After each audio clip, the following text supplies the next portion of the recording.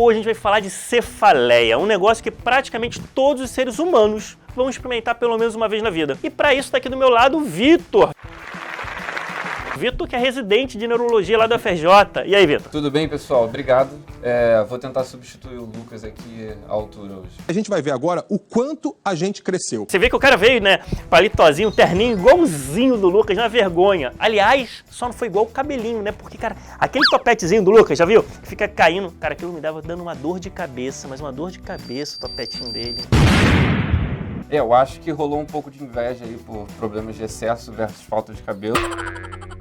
É cefaleia, cara. E bem-vindos a mais uma lista do Jaleco. 5 cefaleias mais bizarras do mundo.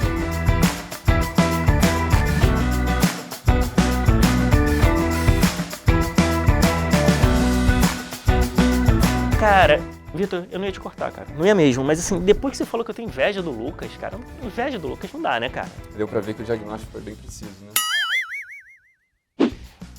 Diagnóstico de inveja. Cara, falando em diagnóstico, sabe que a gente vai falar de um diagnóstico meu? Eu tenho uma das 5 cefaleias mais bizarras do mundo que a gente vai falar agora. Agora? Então espero que não seja essa primeira, porque a primeira é cefaleia relacionada ao ato sexual.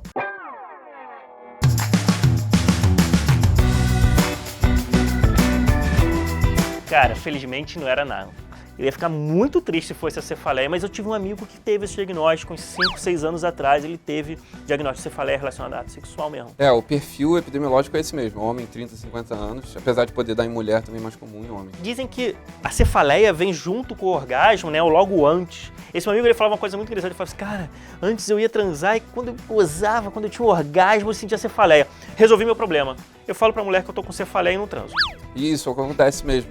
É um problema muito importante. O cara começa a evitar, né? Então, todas essas coisas que afetam a vida cotidiana, elas atrapalham muito a vida da pessoa. A próxima cefaleia, inclusive, a cefaleia relacionada à tosse, também é um exemplo dessa.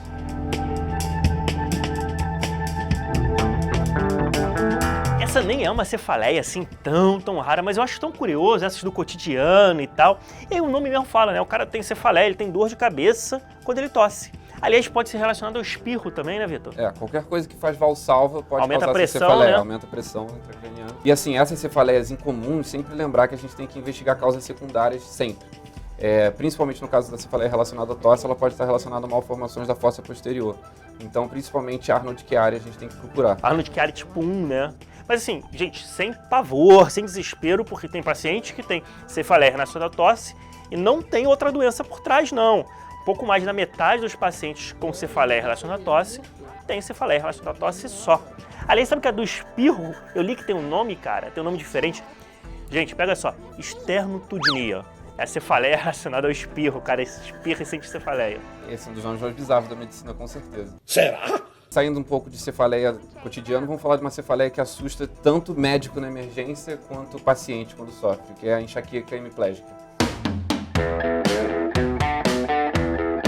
Essa aqui, ela é rara, né? Ela é bem rara, hemiplégica, mas assim, eu acho que mais raro, mais do que ser raro, é que eu acho que ela é mais bizarra da lista. Eu acho muito bizarra. O Vitor falou que, assusta médico, paciente.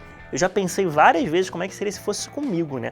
Meu primeiro episódio de uma enxaqueca hemiplégica, cara, eu ia entrar em desespero. Estou lascadinho, rapaz. Eu não sei o que eu vou fazer. Com certeza, eu ia achar, cara, é AVE, tô tendo um derrame, já era. Eu ia entrar em desespero duplamente, né? Como médico, como paciente. Aqui a hemiparesia entra como uma aura. Né? Auras, para quem não sabe, são manifestações não dolorosas ligadas à enxaqueca, que normalmente são sensitivas. O mais comum é a gente ter aura visual. É aquele ponto preto na vista, que a gente chama de escotoma, com uma borda cintilante, que pode ter um espectro de fortificação. Geralmente, as auras duram mais de 5 minutos e menos de 60. Difícil passar disso. Mas essa aqui tem maldade, né? A hemiplégica, a enxaqueca hemiplégica, ela é a grande maldade porque é a grande aura que dura mais. É um sintoma não doloroso relacionado à enxaqueca, só que aqui, em vez de durar 60 minutos, metade dos pacientes passam disso. Tem paciente que fica 24 horas. Tem caso de 48, 72 horas, né?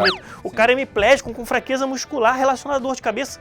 que ele teve lá atrás, que ele teve 2 dias antes. É. Assim, essa que realmente apavora, eu acho muito bizarra. E lembrar que assim, não é qualquer pessoa que tem enxaqueca que vai ter esse tipo de aura, né? A gente sabe que isso tende a ser uma doença muito rara que corre na família, tende a ter herança autossômica dominante, normalmente está relacionada a mutações de canais iônicos. Bem lembrado, né? A gente já sabe, inclusive, qual é o gene e tal, já relativamente bem estudado já. Sim. Assim, falando em aura, eu acho que o Felipe tem uma coisa para falar aqui. Chegou o momento. It's time! A próxima é uma enxaqueca que eu tenho. É uma enxaqueca que eu tenho que eu já tive várias vezes de forma recorrente. Na verdade, é enxaqueca sem dor. A aura sem cefaleia. Você não acha que as pessoas vão achar esquisito a gente estar falando de cefaleia e falar de aura sem dor, porque não tem cefaleia?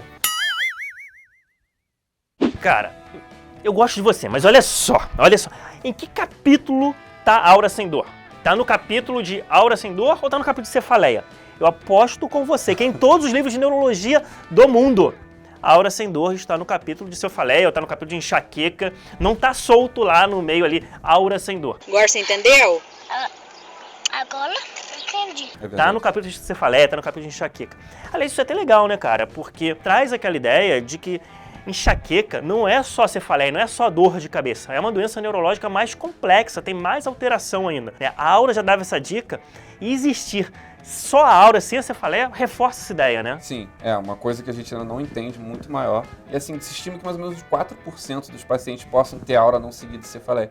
Mas se você botar isso na conta de pessoas que têm enxaqueca, É muita isso gente, não é né? tão incomum assim. Acho que eu tirei onda e nem é tão rara assim a minha parada, né? Pois é. Eu sou obrigado a falar que esse programa aqui tá uma porra. Então, aqui, normalmente o paciente tem auras típicas, né, de enxaqueca.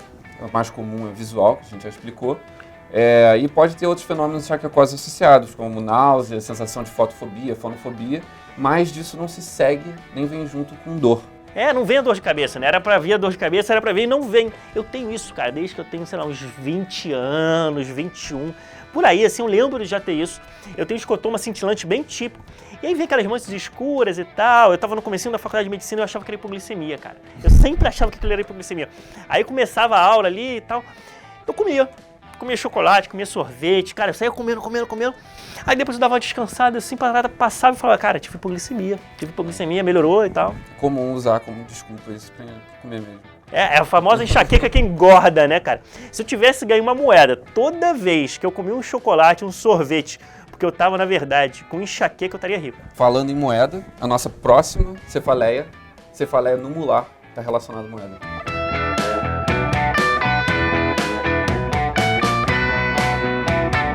Gostou da deixa da moeda, né, cara? Essa é uma cefaleia que é um pouco diferente, né? Porque cefaleia, normalmente, a dor, ela é meio mal definida, né? É muito difícil o paciente apontar um lugar certinho. Mas nessa, sim, nessa o paciente aponta um lugarzinho que é onde está doendo, né? Essa dor de cabeça é exatamente isso. É uma dor de cabeça em formato redondo, como se fosse uma moeda. O paciente relata, normalmente em região parietal, assim, mais de um lado do que do outro. E não tem muita aura, né, cara? É uma cefaleia, tem muitos sintomas vômito, associados, aquelas coisas de fotofobia e tal, não Isso. costuma E rolar, é uma né? dor de característica neurálgica, assim, diferente das outras. E aí tem uma parada nessa cefaleia também, que é a história de causa secundária, né? Ela muitas vezes pode ser causa secundária. Sim, a gente sempre tem que pesquisar a causa secundária, pode ser uma neuralgia aqui, pode ser uma lesão intracraniana, pode ser um tumor ali mais ou menos adjacente, referível ao lugar da dor. Então a gente tem sempre que se preocupar. Bem, então agora com a cefaleia numular, fechamos a nossa lista das 5 cefaleias mais bizarras do mundo. Hoje falamos de cefaleia relacionada ao ato sexual, cefaleia relacionada à tosse, enxaqueca hemiplégica, aura sem cefaleia e a cefaleia numular. Cara, só queria que a gente tivesse falado da enxaqueca vestibular. Cara, eu tirei por 2 motivos. Primeiro porque, cara, rede social, né, cara? O cara tem que comentar ali, faltou vestibular, não sei o que, queria. Então, pra galera que pensou em outra e tal, comentar outra e tal. E por outro motivo, cara, ela é comum demais, cara. Eu não preciso de você, vou trazer um cara lá da UFRJ que faz neurologia e tal pra comentar sobre cefaleia vestibular. Não é isso. A ideia aqui são as bizarras, as esquisitas. Então, se lembrou de mais uma bizarra e esquisita, escreva pra gente, comenta, manda mensagem pro Vitor. Vamos bater papo sobre medicina. Beleza. Então é isso. Valeu, pessoal. Obrigado pelo convite. Adorei estar aqui com Até a vocês. próxima.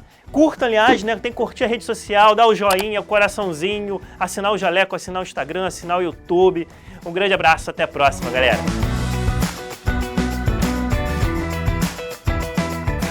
A gente falou dessa cefaleia relacionada ao ato sexual. Sabia que o Lucas tem uma história bizarra com uma ex-namorada? Não. Cara, esse negócio, né, que tem a cefaleia com orgasmo, não sei o que orgasmo. O Lucas tinha uma ex-namorada que tinha isso, cara. Tinha cefaleia relacionada ao ato sexual.